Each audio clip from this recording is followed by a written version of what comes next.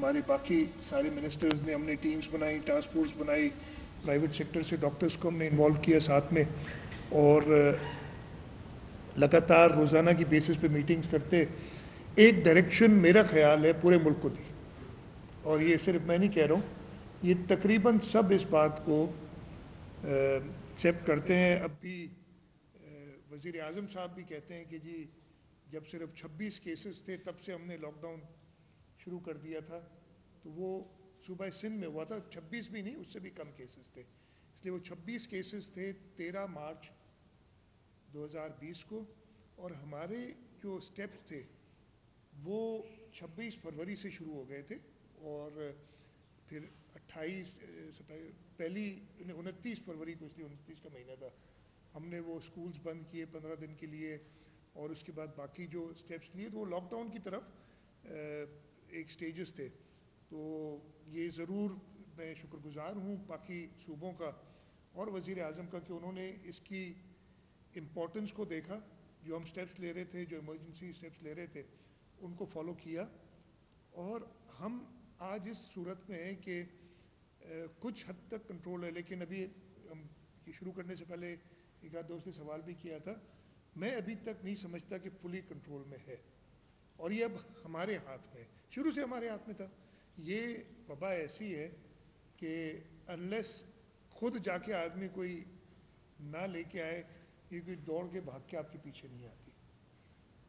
इस वक्त भी हमारे हाथ में, और सबसे ज़्यादा ज़रूरी, हमने जब ये शुरू किया था हमने कहा था कि जी वबा फैलेगी, इसको हम रोक नहीं सकते कम्प्लीटली, इसको स्लो डाउन कर सकते हैं, और स्लो डाउन करने का मकसद ये था कि हम अपनी हेल्थ फैसिलिटीज़ को इतना बढ़ा दें कि हमारी हेल्थ फैसिलिटीज़ एग्जॉस्ट ना हो जाए। हमने उस दिन से काम शुरू किया, बीच में प्रॉब्लम्स आए थे, कुछ दिन ऐसे थे जब हमारे पास अस्पताल में वाकई बहुत मेजर इश्यूज आ गए थे, लोगों को अस्पतालों में जगह नहीं मिल रही थी, लेकिन उसको जो हमने ग्राउंड वर्क ले किया था उसने रिजल्ट्स पे करना शुरू किए। और अब हमने, जैसे आपको पता है, रिसेंटली हमने कराची का इन्फेक्शस डिजीज़ हॉस्पिटल का एक फ्लोर भी, 2 फ्लोर बल्कि तैयार कर लिए हैं, 2 और floor end of the month हो जाएंगे, जिसमें हमारे पास 48 ICU और तकरीबन 122 HTU यूनिट्स होंगे, 8 की 16 इमरजेंसी यूनिट्स भी हैं, उसमें इमरजेंसी बेड्स भी हैं। फिर उसका ब्लॉक B और C, उस पर भी काम चल रहा है, वो भी इंशाल्लाह इसी माली साल के अंदर कंप्लीट हो जाएंगे। दिसंबर तक हमारा प्रोग्राम है कि उनको भी कंप्लीट कर दें। हमने सिविल अस्पताल में बहुत ज़्यादा बढ़ाई फैसिलिटीज़, हमने सर्विसेज अस्पताल को कन्वर्ट किया कोविड में, वहाँ फैसिलिटीज़ हैं। लियारी जनरल हॉस्पिटल में हमने बहुत ज़्यादा फैसिलिटीज़ बढ़ाई। तो अब इन सब कामों के बाद, इन सब चीज़ों के बाद हम थोड़े से कंफर्टेबल हैं अपनी प्रिपेयर्डनेस में। एक चीज़ जिसमें मैं ख़ुद थोड़ा सा जिक्र भी मैंने किया था, टेस्टिंग। इस वबा का कंट्रोल, जब तक इसकी कोई वैक्सीन है, जब तक इसकी कोई दवा है, अभी तक डॉक्टर्स को भी नहीं पता। वो दवाएं डिफरेंट, कभी कोई इलाज होता है, कभी कोई इलाज होता है। वो शुरू में क्या हाइड्रोक्लोरोक्विन थी या क्या थी, उसका कह रहे थे इस्तेमाल करें, वो कहते हैं उसको बिल्कुल इस्तेमाल ना करें। तो डॉक्टर्स को भी अभी पता नहीं है इस चीज़ का पूरा इलाज। जब तक वो इलाज आए, हमने क्या करना है, आइडेंटिफाई करना है लोगों को। अगर कोई आइडेंटिफाई होता है उससे फिर ट्रेस करके बाकी लोगों को ढूंढना है, और फाइनली हमने उनको टेस्ट करके और एक तरफ करना है, यहाँ वो पॉजिटिव हैं या नेगेटिव हैं। अगर पॉजिटिव आते हैं तो उनके जो कॉन्टैक्ट्स हैं उनको देखना है, ताकि इसकी वबा को का फैलाव रोक सके। उसमें जो हम चाह रहे थे पहले दिन से, और वो उस हद तक कामयाबी मैं कहूँगा पूरे मुल्क को नहीं हुई है। और ये फेडरल गवर्नमेंट भी बात कर रही थी, कहते थे कि 50,000 का हम कैपेसिटी कर लेंगे इतने दिनों में। 2 महीने पुरानी बात है, जब भी हम कह रहे थे कि 50,000 की कैपेसिटी हो जाएगी 20। अब हमारी 24-25,000 टेस्ट रोज़ाना की बुनियाद पे हो रहे हैं। एक चीज़ मैं आपको बता दूं, जब से ये टेस्टिंग शुरू हुई है, सिंध बाकी सारे सूबों से कम से कम डबल है टेस्टिंग में, जो हमारी पॉपुलेशन है उसके हिसाब से। इस वक्त तक और 11 जुलाई तक जो मेरे पास डेटा है, हम तकरीबन 11,790 टेस्ट पर मिलियन कर रहे हैं। पंजाब उसके मुकाबले में 5,359 टेस्ट कर रही है। खैबर पख्तूनख्वा 4,800 98 और बलूचिस्तान 4316। तो हमसे हमारे बाद पंजाब है दूसरे नंबर पे, लेकिन वो भी हमसे आधे से भी कम है। ये तो जब से टेस्टिंग शुरू हुई है तब से बात है। मैं ज़्यादा परेशान और थोड़ा सा वरीड इसलिए होता हूँ कि मैंने ये पिछले 10 दिन या पिछले 15 दिन पे आ जाता हूँ, 10 दिन टू शॉर्ट्स, इसलिए 10 दिन तो और ख़राब पोजीशन है। पिछले 10 दिन में हमने 3244 टेस्ट पर मिलियन किए हैं। टोटल नंबर ऑफ टेस्ट तो हमने किए 1,55,346 पिछले 15 दिन में। पंजाब ने किए 1,28,369, और पंजाब की पॉपुलेशन हमारी डबल से भी ज़्यादा है। वो टेस्ट पर मिलियन देखेंगे तो हमसे 1/3 होके रह गई। उनके 1,167 हैं और हमारे 3,244। इधर थोड़ी सी मुझे तशवीश होती है। मैं खुद अपनी टेस्टिंग से सेटिस्फाइड नहीं हूँ। हेल्थ डिपार्टमेंट कोशिश कर रही है, हेल्थ डिपार्टमेंट और उस पर तेज़ी लाने की कोशिश कर रही है। हमारे कुछ जो फील्ड स्टाफ थे वो कोविड पॉजिटिव हो गए, उसकी वजह से हमें टेस्टिंग टीम्स को चेंज करना पड़ा। कुछ जैसे नए लोग आते हैं उसमें ट्रेनिंग है। ये सारी चीज़ें, खैर ये कोई बहाना नहीं है, हमें इस सब चीज़ के लिए तैयार होना चाहिए।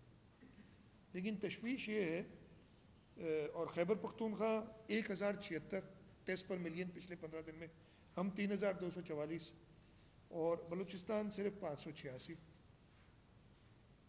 इधर प्रॉब्लम मुझे क्रिएट नज़र आ रहा है कि हम वक्ती अर्ली इस पे विक्ट्री डिक्लेयर करके अपने आप को ख़राब करें। ये सब बातें आप दोस्तों से करने का मकसद ये था, बिकॉज आप मीडिया वाले हैं, इस चीज़ को हाईलाइट करें कि देखें आप लोगों को टेस्ट कराने के लिए राकिब करें कि जी टेस्ट ये ज़रूर होना चाहिए। जो अजीब सूरत हाल, मैं एक और भी आपको बताऊंगा, ये नंबर्स मेरे नहीं है, ये नंबर्स देती है NCOC, जो रोज़ाना एक शीट देती है हमें। ज़्यादा परेशान कन बात ये है कि ये 11 जुलाई वाला डेट है, कल की जो डेटा है, हमने 10,815 लोगों को आइडेंटिफाई किया और उन सबको टेस्ट किया।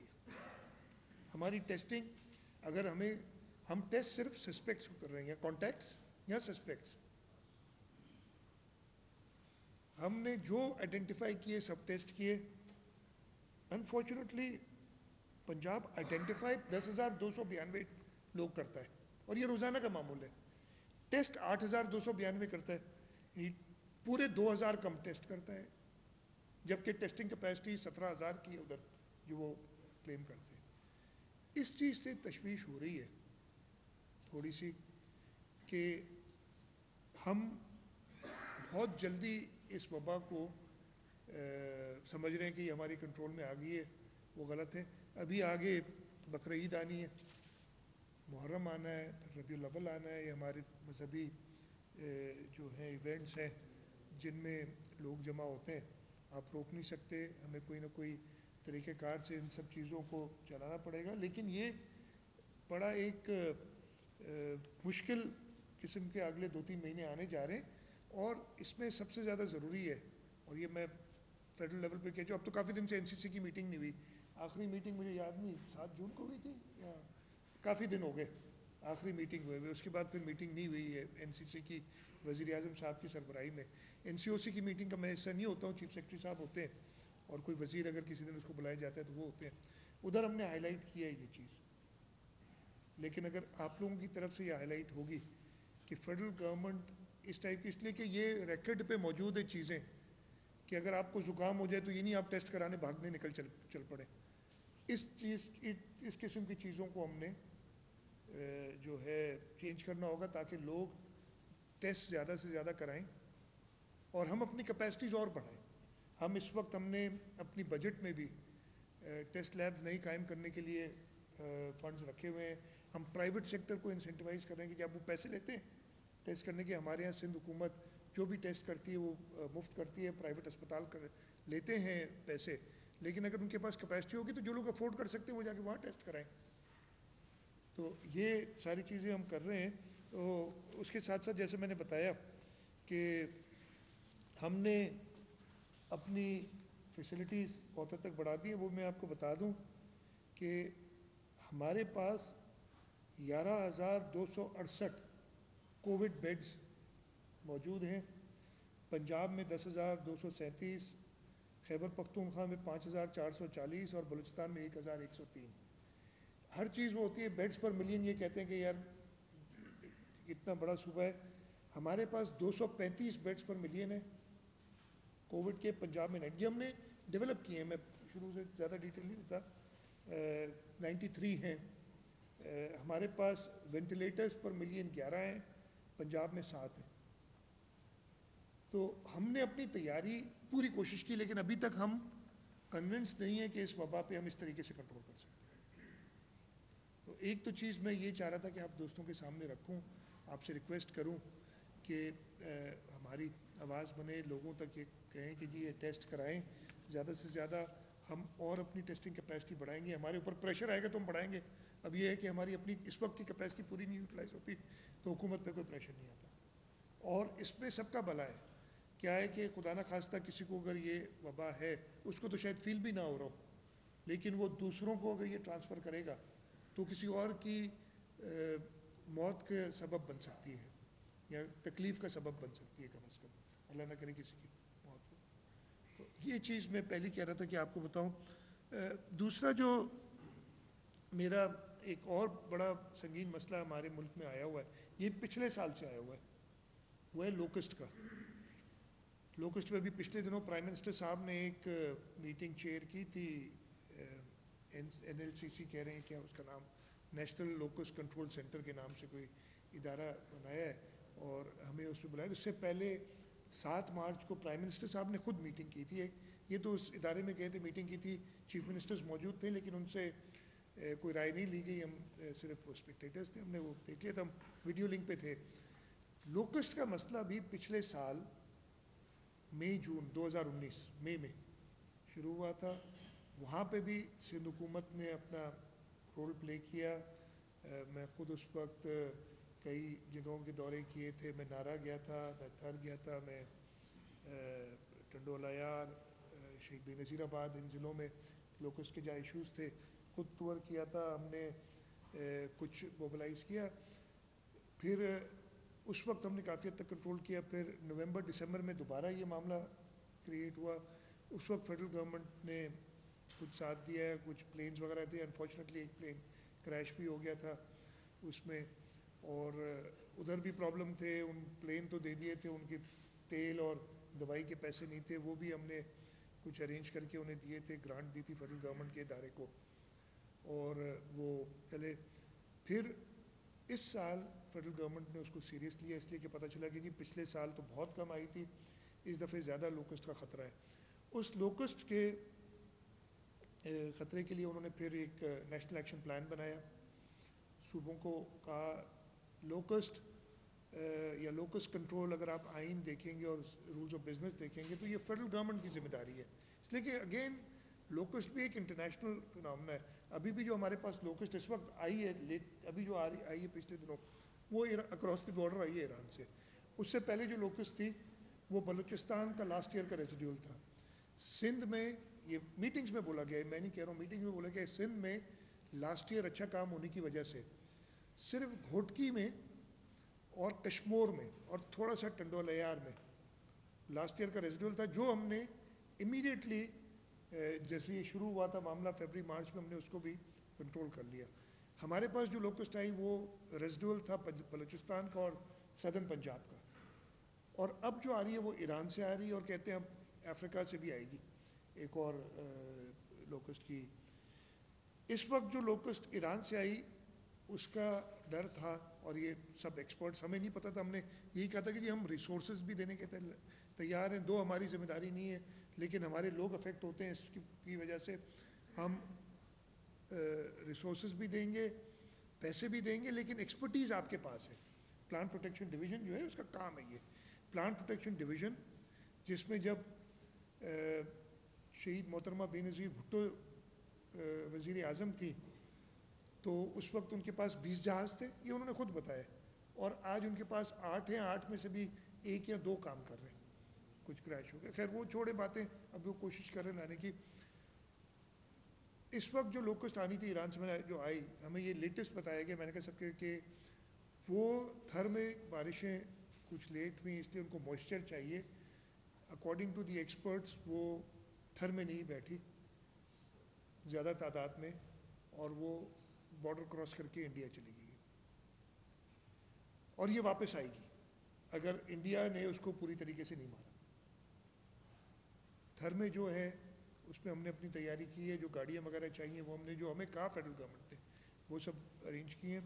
जहाज़ों के लिए हमने कहा हुआ है, वो अभी कहते हैं कि जी इस क्वांटिटी में नहीं है कि हम जहाज़ों से स्प्रे कर सकें, लेकिन हमें लोकल्स कुछ और बताते हैं, तो वो बात उनसे चल रही है। मैं आपके तवज्जो से यही कहूँगा कि इस पर भी सीरियसनेस कुछ और करनी चाहिए, इसलिए कि एक और बातें करते हैं कि जी कहत पड़ सकता है, ये सब चीज़ें हैं, लेकिन वो कॉन्क्रीट स्टेप्स उस हिसाब से नज़र नहीं आते। हमारी तैयारी, अगर खुदा न खास्ता ये लोकस्ट थर के डेजर्ट में कहते हैं इसका ब्रीडिंग ग्राउंड यही है, थर अछड़ो थर हमारा चोलिस्तान वाला डेजर्ट, ये पट्टी, अगर इधर ये ब्रीडिंग के लिए अभी तक नहीं कह रहे कि इस लार्ज क्वांटिटी में आ जाती तो हम तैयार नहीं थे। आज हमें जो 7 मार्च को कहा गया था, हमने 6 जहाज़ों के लिए कहा था कि हमें डेजर्ट के लिए चाहिए होंगे, 7 मार्च 2020 को वादा किया गया था कि ये आपको मिल जाएंगे, वो आज तक एक जहाज़ कराची में खड़ा है जो कि ऑपरेशनल नहीं है, एक सक्खर में है, उसको कहते हैं कि अभी ज़रूरत नहीं है, 2 हेलीकॉप्टर्स हैं जो छोर में हैं, लेकिन उस हिसाब से तैयारी हमारी नहीं है जो कि होनी चाहिए थी। तो दूसरा यही था मेरा कि लोकस पे थोड़ा सा कर लो। एक दो चीज़ें और before I get to the federal government issues के, उनकी कारकर्दगी क्या रही है जो सारे लोग देख रहे हैं। एक और इशू मैं बता दूं जो इसको एक कंट्रोवर्शियल करके बनाया, ये कंट्रोवर्शियल है, बनाया नहीं क्या है, आप लोगों ने सही पिक किया, लेकिन मेरा ख्याल में हमारा पॉइंट ऑफ व्यू इसमें प्रॉपर तरीके से नहीं आया। वो है जब ये टैक्स का इशू हुआ है कि जी हमने फेडरल गवर्नमेंट से कहा कि हम विथहोल्डिंग टैक्स गाड़ियों पे आपका कलेक्ट नहीं करेंगे। उसकी एक वजह है, एक हिस्ट्री है। ऐसे नहीं कि 27 जून को 28 जून को हमें ख्याल आया, नींद से उठे और हमने ख़त लिख दिया कि हम नहीं करेंगे। इसकी हिस्ट्री 2014-15 से चल रही है। 2014-15 से फेडरल गवर्नमेंट ने अपने टारगेट्स पूरे करने के लिए, बहुत सिंपल बात, ये FPR नहायत ही एक जो है नाकाम इदारा बन चुका है, और उसके 5 सरबराह 4-5 कितने चेंज किए हैं उसी से पता चल जाता है उसकी नाकामी का। अब तो बड़े स्कैंडल्स उधर और निकल रहे हैं, मैं उन पर नहीं भी जाना चाहता। FBR अपने टारगेट्स पूरे करने के लिए सूबों के एट सोर्स पैसे काट लिया करती थी कि जी फलाने आदमी, ये फलाना सूबा, तुमने ये हमारे लिए टैक्स, कोई उसका सर पैर नहीं, एक नोटिस निकाला, उस नोटिस में कहा कि जी हमारे हिसाब से टैक्स आपने 100 रुपये कलेक्ट करना था हमारा, आपने 50 किया, ये 50 हम आपके काट रहे हैं, हम अपने खाते में डाल रहे हैं।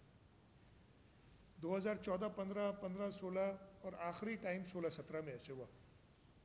16-17 में जब हुआ, 2016 बल्कि 15-16 में जब हुआ जून में, उस वक्त इन्होंने, और ये पिछली हुकूमत थी, नवाज शरीफ साहब वज़ीर आज़म थे उस वक्त, इन्होंने हमारे को 7 अरब रुपए एक साथ काट लिए। अच्छा पहले तो वो 200-300 मिलियन काटते थे तो हम झगड़े, 7 अरब अचानक जो कम हुए, और हमें पता तब चलता है कि जब 7 जुलाई को, 30 जून को हमारा फाइनल नंबर आता है जो पैसे हमें मिले, हमारे जो एक्सपेक्टेशन थी उससे काफ़ी कम नंबर आए। तो उसकी, जब मैं फाइनेंस मिनिस्टर हुआ करता था उस वक्त, तो उसकी जब हमने तहकीकात की तो पता चला कि 7 अरब रुपए उन्होंने काट लिए हैं इस मद में कि आपने विथहोल्डिंग टैक्स, और पहले भी ये था लेकिन इस सब नंबर ज़्यादा था, अमाउंट ज़्यादा था, कि गाड़ियों पर जो टैक्स है, जो विथहोल्डिंग टैक्स क्या है कि अगर आप गाड़ी ख़रीदें तो जब आप रजिस्टर कराने जाते हैं, अगर आप सेकेंड हैंड गाड़ी भी ख़रीदें रजिस्टर कराने जाते हैं तो आप उस पर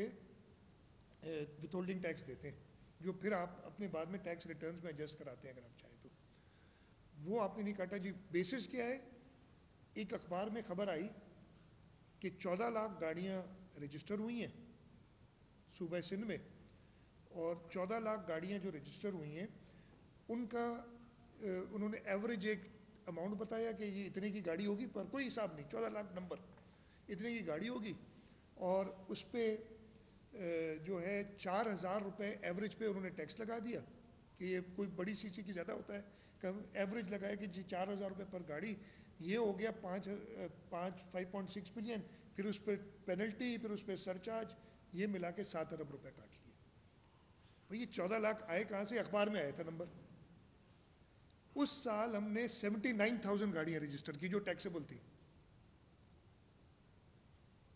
और 14 लाख का नंबर जो अखबार ने लिखा था वो जब से पाकिस्तान बना है 1947 से गाड़ियां रजिस्टर्ड की। ये उनको मैंने लिख के भेजा as finance minister. Qaim Ali Shah साहब चीफ मिनिस्टर थे, उन्होंने लिखा कि भाई ये करो, हमें वो मैं कहता हूँ ना ट्रक की बत्ती के पीछे लगा देना। एक सूबाई हुकूमत को कहते हैं कि जाओ वो जो असिस्टेंट कमिश्नर इनकम टैक्स है ना उसको अपील जमा कराओ। हमने कहा ये चले कानून है, हम कानून फॉलो कर लेते। वो अपील जो है आज 5वां साल है वो अपील रुल रही है, वो ऊपर भेजता है, ऊपर वाले वापस रिमांड करते हैं और ये मसला चल रहा है। मैंने नवाज शरीफ साहब के सामने, शायद खकान अब्बासी साहब के सामने, फिर मैं चीफ मिनिस्टर बन गया था कुछ दिनों बाद उसके, और इमरान खान साहब के सामने मैंने ये चीज़ रखी। मुझे बहुत ही थोड़ी सी अफसोस भी हुआ कि पिछली मीटिंग मुझे कहा गया कि हमारे से क्या वास्ता है, जाए उनसे पैसे लें जो पिछली हुकूमत ने काटे थे। ये जवाब था। खैर मैंने कोई सख्त जवाब उसमें नहीं दिया, एहतराम रखते हुए कि ये मैं कहूँ ये शायद यही कहेंगे ना आगे दूसरे मुल्कों से भी कर्जे उन्होंने लिए वापस कर दिए, उनको भी क्यों IMF से क्यों आपने इतने कर्जे लिए, कह देते ना सबको पिछली हुकूमतों से जाके लोग सूबे को ऐसे ट्रीट करते हैं जैसे एक इंटरनेशनल एजेंसी को भी नहीं ट्रीट करते, सूबे को उस तरीके से ट्रीट करते। फिर मैंने इनको फरवरी में, ये दिसंबर में हुआ था, फरवरी में मैंने इनको ख़त लिखा। फरवरी में ख़त लिख के मैंने इनसे कहा कि देखें जी ये टैक्स जो हम कलेक्ट करते हैं, आप हमसे पैसे हमें वापस नहीं कर रहे, ये टैक्स हम कलेक्ट करते हैं ये हमारा काम नहीं है। ये आईने पाकिस्तान मौजूद है, जो कह रहे हैं ना अभी हमने पता नहीं बहुत बड़ा कोई जुर्म कर दिया। आईने पाकिस्तान में हर इनकम टैक्स किसका काम है कलेक्ट करना, इसमें लिखा हुआ है इनकम टैक्स की एंट्री नंबर 47 है लेजिस्लेटिव लिस्ट पार्ट 1 में, जो कि फेडरल गवर्नमेंट का काम है, taxes on income other than agricultural income, यानी एग्रीकल्चर इनकम के अलावा बाकी इनकम टैक्स सारे वो कलेक्ट करते हैं।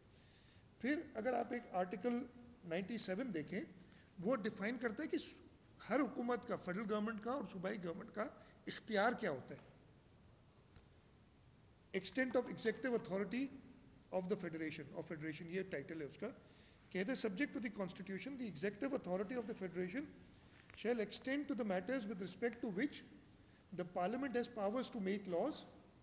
लॉज किस पे बना सकते हैं? लेजिस्लेटिव लिस्ट पे, यानी इनकम टैक्स आपका काम है। अब आपने कह दिया, अपने इनकम टैक्स लॉ में एक शिक डाल दी कि विथ होल्डिंग टैक्स सुबह हमारे लिए कलेक्ट करेगा, जो कि ये कर सकते हैं, लेकिन उसके लिए एक प्री कंडीशन है, वो है आर्टिकल 146 कॉन्स्टिट्यूशन का, powers of federation to confer powers on provinces in certain cases. माने अपने इख्तियार, ये तो हमारे इख्तियार लेने की बहुत बात करते हैं ना, अपने इख्तियार तो हमें देते रहते हैं, ये अपना इख्तियार कैसे दे सकते हैं? लिखते हैं not with standing anything contain in constitution. Constitution में अगर कुछ और चीज़ कहीं पे भी लिखी है उसके बालातर होके द फेडरल गवर्नमेंट में with the consent of the government of a province, यानी प्रोविंस की कंसेंट के साथ, इंटरेस्ट आइदर कंडीशनली और unconditionally to that government or its officers functions in relation to any matter to which the executive authority of the federation extends। अब मैंने सिर्फ उनसे कहा भाई ये अगर आपने करना है, अच्छा अब गवर्नमेंट डिफाइन हो गई है कैबिनेट, तो आप फेडरल कैबिनेट से एक दरख्वास्त हमें दें, मैं सूबाई कैबिनेट के सामने रखूँगा, अगर सूबाई कैबिनेट ये कलेक्ट करना चाहेगी आपके लिए, हम हर तरीके से कोऑपरेट करने के लिए तैयार है। आइन जिस पे तुमने हलफ लिया उसको तो फॉलो करो। हम ये फरवरी में लिखा मैंने, हम करेंगे, लेकिन इससे पहले आप ये अपने बकाया जात जो है इनको सेटल तो करें। बड़ी कमेटियां बनती हैं, कभी असद उमर फाइनेंस मिनिस्टर वो बन जाते हैं, कभी हफीज शेख साहब बन जाते हैं, पहले मुफ्ता इस्माइल साहब भी थे, हर एक, लेकिन सूबों के पैसे देने नहीं। अच्छा इसके बाद इन्होंने एक बार और काटने की कोशिश की थी, मैं आपको वो भी किस्सा बताता हूँ। एक बार इन्होंने काटनी, हम स्टेट, इसके बाद हम स्टेट बैंक चले गए कि स्टेट बैंक काटते हैं ना, स्टेट बैंक को हमने ख़त लिखा, स्टेट बैंक ने जवाब में लिख दिया कि प्रोविंशियल कंसोलिडेटेड फंड से पैसे आप नहीं काट सकते। अब वो उनकी स्टॉप लग गया। फिर उन्होंने अगले साल जब ये स्टॉप लग गया, क्या किया कि नेशनल बैंक में हमारे लोकल गवर्नमेंट के पैसे पड़े थे, लोकल गवर्नमेंट अथॉरिटीज़ के पैसे होते हैं ना डिफरेंट, वो लोकल गवर्नमेंट के पैसे नेशनल बैंक ने काट ली, उधर से कटवा लिए एफबीआर ने। एफबीआर को बैंक अगर ऑर्डर देता है तो एफबीआर पैसे काट लेता है। ये एफबीआर की कानून में है कि किसी भी आपके अकाउंट से कहीं ये पैसे काट दो तो national bank under law of any bank, any commercial bank has to do it. उन्होंने एफबीआर ने ऑर्डर दिया कि सिंध हुकूमत के फलाने अकाउंट से हमारे विथहोल्डिंग टैक्स उन्होंने कम काटा है तो लोकल गवर्नमेंट के अकाउंट से पैसे काट के दे दो। उन्होंने वो पैसे काट लिए, थोड़े से तो नहीं थे, 100-125 मिलियन के करीब, जो नंबर याद नहीं मुझे। ये उन्होंने पैसे काट लिए। जब ये पैसे काटे मैंने एफआईआर दाखिल कराई नेशनल बैंक के मैनेजर के खिलाफ। उसको अरेस्ट करने के लिए पुलिस गई, 24 घंटे में एफबीआर ने रिवर्स किया, पैसे वापस किए। हमने एफबीआर के दफ्तर में भी, आपको याद होगा ये चीज़ सारी, ये इशू, ये इस हुकूमत में नहीं थी, पिछली हुकूमत में थे। ये नहीं कि कोई इमरान खान नियाजी से हमें कोई परेशानी है। जो भी सूबा सिंध के मफाद के खिलाफ बात होगी, हमारा फ़र्ज़ है एज द गवर्नमेंट कि हम उस पर एक्शन लें। ये वजह थी कि मैंने फरवरी में ख़त लिखा, फरवरी, मार्च, अप्रैल, मई, जून, कोई जवाब नहीं। फिर हमने ये स्टेप लिया जो हमने कहा था फरवरी में। मैं चाह रहा हूँ कि ये चीज़ इस तरीके से क्यों नहीं आई, मतलब हमने बगावत कर दी, ये मैंने सुना। कई और लोग एक्टिव हो गए इसमें कि जी आपने ये क्या जो कर दिया, अगर आप टैक्स नहीं इकट्ठा करेंगे तो मुल्क कैसे चलेगा। यार मुल्क सिर्फ फेडरल गवर्नमेंट नहीं चला रही, चारों सूबों हम पार्टनर्स हैं मुल्क चलाने में। अगर बाकी सूबों को अपने लोगों के मफाद का नहीं है, ये मैं हवाई बात कर सकता हूँ, टाइम नहीं बताऊंगा कब, बाकी सूबों के चीफ मिनिस्टर्स भी, मैं कब, ये नहीं इसलिए कि पिछली भी गवर्नमेंट थी अभी भी थी, वो मुझे कहते रहे मीटिंग में, यार हम तो बोल नहीं सकते, ज़रा आप ही हमारे बारे में हमारी तरफ से बोलें कुछ। तो वो स्पोक्समैन भी मैं बनाऊँ कई बार, इसीलिए पसंद नहीं हूँ। ठीक है जी। अब ये इशू था और मैं ये चाह रहा था कि आप लोगों से ये क्लियर करो। ये सारा आइन में उस दिन, ये कब है, मैं कहा 27 या 28 जून को लिखा था, आज 12 जुलाई, 12 जुलाई, अभी तक मुझसे किसी ने बात नहीं की। हाँ, इधर उधर से मैसेजेस कराते हमारे एक्साइज डिपार्टमेंट से। फिर वही कोई डिप्टी कमिश्नर इनकम टैक्स, उसने बात की, यार जी हमारे पैसे, उन्होंने कहा यार ये इश्यूज है, आपको ये क्लियर करें। तो ये ऐसे जो है वन साइडेड, आपकी सारी कोताहियां आप सूबों पे डालते चले जाए। ये आप लोग प्लीज़ कोई इस पे एक इन्वेस्टिगेटिव रिपोर्ट तो करें, कैसे सूबों से पैसे, और बाकी सूबों से भी काटे इन्होंने। ये चीज़ तो भी लेटेस्ट जो हुई थी दिसंबर में, बलूचिस्तान हुकूमत ले गई थी एक केस, तब मुझे मौका मिला बोलने का। इसलिए हमारा केस तो उन्होंने, जो मैं 3 साल पहले ले गया था, वो असिस्टेंट कमिश्नर और डिप्टी कमिश्नर इनकम टैक्स के बीच में चला दिया। ये बलूचिस्तान हुकूमत ले गई थी, अब उनके पैसे काट, जब इधर से देखा कि हो गया तो बाकी सूबों के पीछे पड़ गए। एफबीआर एक नाकाम इदारा, कभी अपने टैक्सेस के हदफ पूरे नहीं कर सका, और इसी तरीके से करता है। कभी लोगों के जो रिफंड्स होते हैं वो रोक लेता है, कभी सूबों से एट सोर्स पैसे काट लेता है, और अपने टारगेट्स फिर भी पूरे नहीं कर सकता। तो मैंने कहा कि आपको बता दूं। एक दो और चीज़ें थी, एनएफसी पे काफ़ी बातें हो रही हैं, वो भी क्लियर कर दूं। हमारा मौक़िफ़ बड़ा क्लियर है, आइन में मौजूद है कि सूबों का शेयर कम नहीं हो सकता। जब 2010 में एनएफसी बना था, उसमें आइन में 18वीं तरमीम में ये अमेंडमेंट भी आ गई थी, आइनी गैर आइनी होगा अगर ऐसी कोई चीज़ की जाएगी। लेकिन इसका मकसद ये नहीं कि इसका कोई हल नहीं है, हल है। अगर फेडरल गवर्नमेंट को नहीं समझ आती तो हम बताते। जब एनएफसी अवार्ड हुआ था उस वक्त ये फैसला किया गया था, ये शेयर्स बढ़ाए थे सूबों के, और जनरली कहा था कि इकोनॉमिक अपलिफ्ट हो सबकी, कि सूबे और मरकज़ मिलकर अपना टैक्स बेस बढ़ाएं। जो टारगेट था वो था 15% जीडीपी के टैक्सेस हो ना। दुनिया भर में हमारे आसपास के मुल्कों में 16-17% जीडीपी के टैक्सेस हैं। टारगेट रखा था ये 10th एनएफसी के डॉक्यूमेंट्स में कि आप 15% ऑफ जीडीपी अपना टैक्स बेस बनाएंगे, यानी 50% ज़्यादा टैक्सेस कलेक्ट करेंगे जो आज के। सबके ज़रूरियात कुछ हद तक पूरी हो जाएंगी उससे। वो उस पर काम नहीं किया, सूबों ने किया, ख़ासतौर पे सिंध सूबे ने किया। सिंध सूबे की सिंध रेवेन्यू बोर्ड 15 अरब से 102 अरब इस साल थी, और नेक्स्ट ईयर हमने 135 का शायद टारगेट रखा है, कोशिश होगी कि पूरा करें। तो हमने अपने इस हिसाब से अगर आप देखें तो टैक्सेस बढ़ाए, फेडरल गवर्नमेंट ने कहाँ बढ़ाए टैक्स, किस तरीके से, इसलिए कि वहाँ पे FPR एक मुकम्मल नाकाम इदारा है। इस वजह से ये हुकूमत हर 6 महीने में इसका नया चेयरमैन ले आती है, उसको रिस्ट्रक्चर नहीं करती। मैं फेडरल गवर्नमेंट से ये पहले भी कह चुका हूँ, और ये हमारा प्रपोजल मौजूद है NFC की फोरम पे। ये शहीद मोहतरमा बेनज़ीर भुट्टो ने अपने 2008 के मैनिफेस्टो में दिया था कि जो सेल्स टैक्स ऑन गुड्स है वो सूबों के हवाले करें। हमारा प्रपोजल गया हुआ है, जैसे हमने सेल्स टैक्स ऑन सर्विस बढ़ाया है 10-11 गुना इन 7-8 सालों में, इस तरीके से हम सेल्स टैक्स ऑन गुड्स को भी बढ़ा सकते हैं। इसलिए रिटेल लेवल पे आपकी प्रेजेंस नहीं है, आप नहीं कर सकते कलेक्ट, इस्लामाबाद से बैठे हुए नहीं चला सकते। इधर आपके जो लोग हैं उनकी हालत ये कि सूबाई हुकूमत को जिस तरीके से ट्रीट करते हैं वो आपने देखा।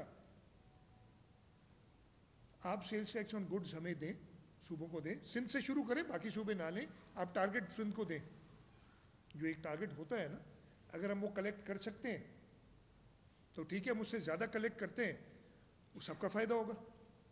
अगर हम कम कलेक्ट करते हैं, हमारे पैसे बाकी टैक्सेस में से काट के आप रख लें। ये प्रपोजल दिया हुआ है, हम बताने की सिर्फ इसकी वजह ये है कि ये आपके इदारे फेडरल बोर्ड ऑफ रेवेन्यू बिल्कुल नाकारा हो चुका है। ये हल है, इन तरीके के हल देखेंगे।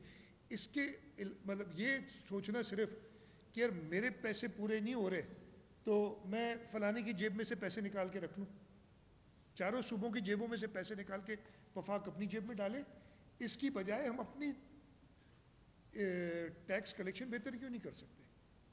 आप 15% ऑफ GDP, आपके आसपास के सारे मुल्क जा रहे हैं। ये तो पिछले 2 साल तो एक डिजास्टर हुए। जिस जगह पे नून लीग की गवर्नमेंट टैक्स छोड़ के गई थी 3.84 या 85 बिलियन 89 ट्रिलियन था, सॉरी, और जब आप पहला साल आपका आता है तब्दीली का, कोई कोविड नहीं था, कोई सैलाब नहीं आया, कोई कुदरती आफत नहीं आई सिवाय PTI के, और उस आफत ने पाकिस्तान की हिस्ट्री में पहली बार ऐसा हुआ कि आपकी टैक्स कलेक्शन पिछले साल से कम हुई। अब इस साल तो कोविड का बहाना मिल गया, अब भी कोई 0.6 या 0.7% बढ़ाई है उन्होंने रिवाइज टारगेट से। हाँ, ओरिजिनल टारगेट से तो 5.5 नहीं, रिवाइज टारगेट की बात नहीं कर रहा हूँ मैं, जो पिछले साल से, नहीं तो 5.55 ट्रिलियन कलेक्ट करना था, आपने सबको खुश कर दिया था आपने। अब अगले साल भी उन्होंने 4.8 ट्रिलियन कहा, लेकिन इस FBR से ये कलेक्ट नहीं होगा। आप यूं करें, इनको कहें कि 3 चेयरमैन लगा दें 8-8 घंटे की ड्यूटी वाले FBR के, तीनों को एडजस्ट कर देना, जो तीनों थे बहुत अच्छे थे ना, तभी तो लगाए थे आपने, फिर तीनों में मुकाबला कराएं, देखें 8 घंटे में कौन ज्यादा करेगा। नहीं होगा भाई इस मशीनरी से। सर पे दीवार पे सर मार रहे हो या दीवार पे सर मार रहे हो, एक ही बात है इनके लिए।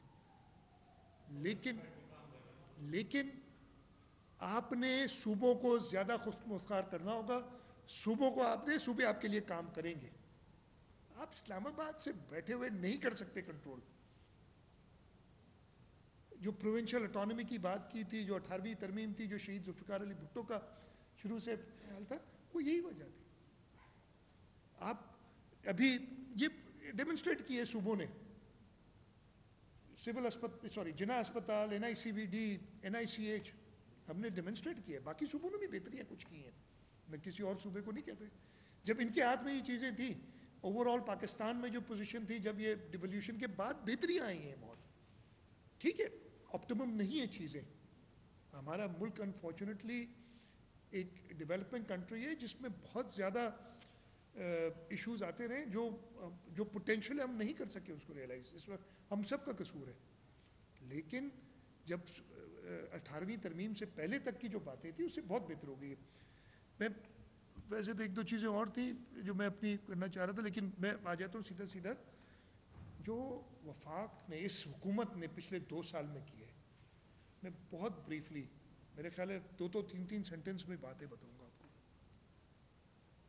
इस मुल्क की इकॉनमी के साथ, इस मुल्क की हेल्थ के साथ, इस मुल्क के फूड सिक्योरिटी के साथ। पहले मैं हेल्थ पे आता हूँ। कोविड तो ठीक है, सब कुछ हमारे हिसाब से उस तरीके से नहीं हुई, लेकिन उसको चलें थोड़ी देर छोड़ दें। पोलियो, मैंने कल मीटिंग की थी टास्क फोर्स की पोलियो की। मैं कोशिश करता हूँ कि हर 3 महीने में, इसलिए कि फेडरल गवर्नमेंट को भी टास्क फोर्स की मीटिंग मेरे ख्याल है हर 6 महीने करनी होती है। एक मीटिंग हुई है 2 हुई है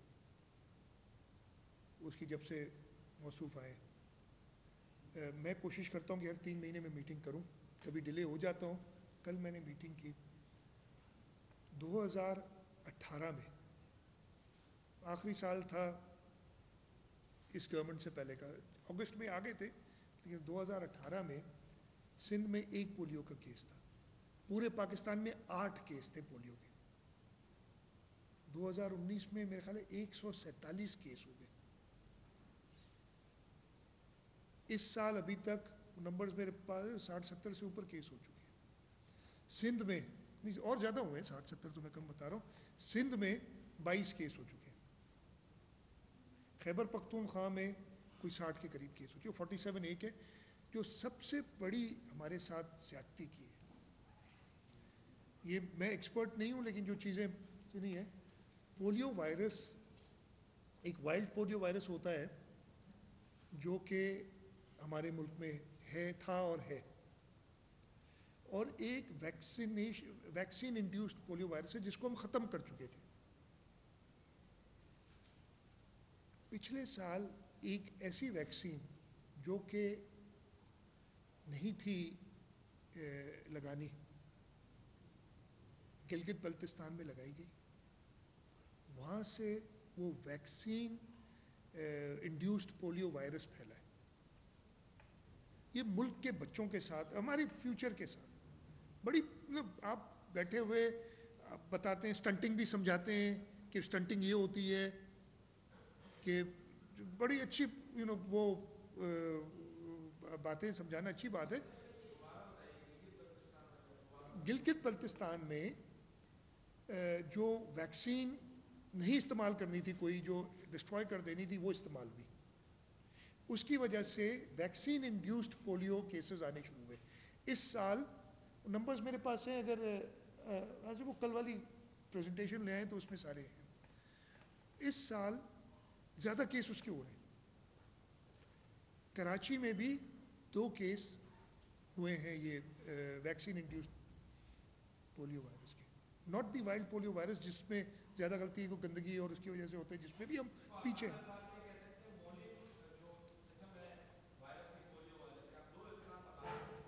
दोनों मोहलिक हैं, दोनों मोहलिक हैं, दोनों लीथल हैं, लेकिन एक चीज़ को हम ख़त्म कर चुके थे दुनिया से, तो दोनों चीज़ें ख़त्म है सिवाय 2-3। ये एक स्ट्रेन जो थी इसकी, मैं ज़्यादा एक्सपर्ट नहीं हूँ, एक स्ट्रेन जो इसकी थी हम ख़त्म कर चुके थे, नहीं लगानी चाहिए थी, इस तरीके से समझ लें। और इसके साथ और क्या किया इन्होंने, एक पता नहीं सोशल मीडिया के आदमी को, हाँ, इंड्यूस पोलियो हो गया। इसकी वजह भी मैं आपको बताता हूँ। इन्होंने आके एक सोशल मीडिया के बंदे को, पोलियो का कोऑर्डिनेटर और पता नहीं चेयरमैन कहते हैं, जो भी उसका नाम है, वो कर दिया। उस शख्स ने हमारे साथ जो किया, इंटरनेशनल एजेंसीज हमारी बहुत मदद करती है, इसलिए कि ये पोलियो भी एक बड़ा मौलिक मर्ज है, पूरी दुनिया से एरेडिकेट हुआ है। और ये कुछ मुल्कों में, जिसमें पाकिस्तान एक है, 2-3 मुल्क रह गए जिनमें, पाकिस्तान एक है जिसमें पाया जाता है। उसने फंड्स जो इंटरनेशनल एजेंसीज देती थी, UNICEF, rotary, bill and Melinda Gates foundation, ये सारे काफ़ी पैसे देते हैं वफाकी हुकूमत को, और वो फिर शेयर करते हैं पोलियो टास्क फोर्स बनाई हुई है, नेशनल सेल एक बनाया हुआ है, फिर प्रोविंशियल सेल्स है उसके अंडर में, अच्छा काम हुआ था इस पर, इसी वजह से कुछ ना कुछ बेहतरी आई थी। उसके जो सिंध में हमने क्या किया था, जो हमें पैसे मिलते थे, हमने एक तो मोबाइल टीम्स होती हैं पोलियो के लिए, और उसके अलावा अच्छा हमने नहीं किए थे, ये जो प्राइवेट एजेंसीज हैं एनजीओज के थ्रू और ये सब होता है ना, उन्होंने किए हुए थे, और फिर कंसल्टेशन में सिंध गवर्नमेंट के साथ रहते हैं। दूसरे हमने कराची के लिए ख़ास तौर पे परमानेंट पोलियो वर्कर्स रखे थे, और आपने सुना होगा पिछले दिनों उनमें से काफ़ियों को निकाल दिया नौकरी से, और लगा ऐसे कि सरकार ने निकाल दिया, वो सरकार के पेरोल पे नहीं थे।